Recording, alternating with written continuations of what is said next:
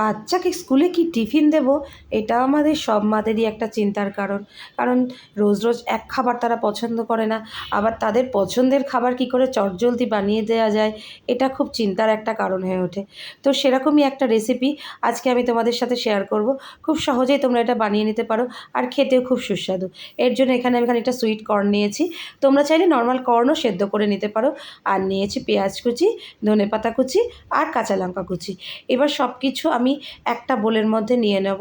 আর দিয়েছি স্বাদ মতো লবণ, খুব সামান্য পরিমাণে একটু চিলি ফ্লেক্স, একটু অরিগ্যানো দিয়েছি। তোমরা চিলি ফ্লেক্সটা চাইলে স্কিপ করতেই পারো, বাচ্চা যদি ঝাল খেতে পছন্দ না করে। আর একটু গোলমরিচের গুঁড়োও দিয়েছিলাম, সেটা ভিডিওতে অ্যাড করা হয়নি। আর নিয়েছি একটা কিউব চিজ, সেটাকে গ্রেট করে দিয়েছি।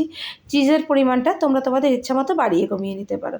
আর এখানে আমি হাফ কাপ ময়দা, তার মধ্যে দু চামচ কর্নফ্লাওয়ার মিশিয়ে রেখেছিলাম, সেটা ওর মধ্যে দিয়ে শুকনো উপকরণগুলো খুব ভালো করে মিশিয়ে নেব। এটা মেশানো হয়ে গেলে আমি অল্প অল্প দুধ দিয়ে একটা ব্যাটার তৈরি করব। ব্যাটারটা খুব পাতলাও হবে না, আবার খুব ঘনও হবে না, ঠিক এই রকম ব্যাটারটা তৈরি হবে। ব্যাটারটা যখন তৈরি হয়ে যাবে, আমি একটা ফ্রাইং প্যান গরম করে নেব। ফ্রাইং প্যানটা গরম হয়ে গেলে তাতে সামান্য পরিমাণে বাটার একটু নিয়ে পুরো প্যানের মধ্যে লাগিয়ে নেব। বাটারটা গরম হওয়া পর্যন্ত একটু ওয়েট করব। বাটারটা গরম হয়ে গেলে যে ব্যাটারটা আমি বানিয়ে রেখেছিলাম, ওখান থেকে ছোটো হাতার এক হাতা নিয়ে দিয়ে দেব। ঠিক যেমন করে প্যানকেক বানানো হয় যে সাইজের, সেই রকমভাবে একটুখানি দিয়ে দেবে। দিয়ে আমি এখানে একবারে প্রথমবার দুটো দিয়েছিলাম, এখানে দুটো তিনটে একবারে দিয়ে যাবে। দিয়ে মোটামুটি 3 থেকে 4 মিনিট তোমরা এক পিঠ ভাজে নেবে। এক পিঠ এরকম ভাজা হয়ে গেলে আমি আর এক পিঠ উল্টে দেবো। দিয়ে অপর পিঠটাও ঠিক এই রকমভাবে 3 থেকে 4 মিনিট ভেজে নিতে হবে।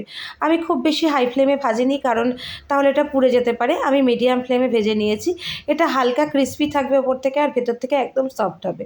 এইভাবে দেখো বানানো হয়ে গেছে। এবার এই দুটো আমি তুলে নেব। এবার যে বাকি ব্যাটারটা ছিল, সেইগুলো ওই একই রকমভাবে সামান্য একটু বাটার আগে আমি ব্রাশ করে নেব প্যানে, দিয়ে ওই একই রকমভাবে বাকিগুলো ভেজে নেব।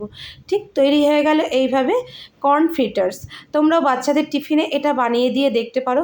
এটা খেতে হয় খুব সুন্দর, আর দেখলে তো কত তাড়াতাড়ি খুব সহজেই কী সুন্দর বানানো হয়ে গেল। ঘরে দু একটা সামান্য উপকরণ থাকলেই তোমরা এটা বানিয়ে নিতে পারবে। শুধু বাচ্চারা না, বড়রাও কিন্তু টিফিনে এটা খেতে পারো, খুব সুন্দর খেতে হয়। তোমরা অবশ্যই একবার বাড়িতে বানিয়ে দেখো, আর আমাকে কমেন্ট করে জানিও তোমাদের কেমন লাগলো। তোমরা যদি ইউটিউব থেকে দেখে থাকো তাহলে আমার চ্যানেলটা সাবস্ক্রাইব করে, আর যদি ফেসবুক থেকে দেখে থাকো তাহলে ফলো করার অনুরোধ রইল। আজ এই পর্যন্ত।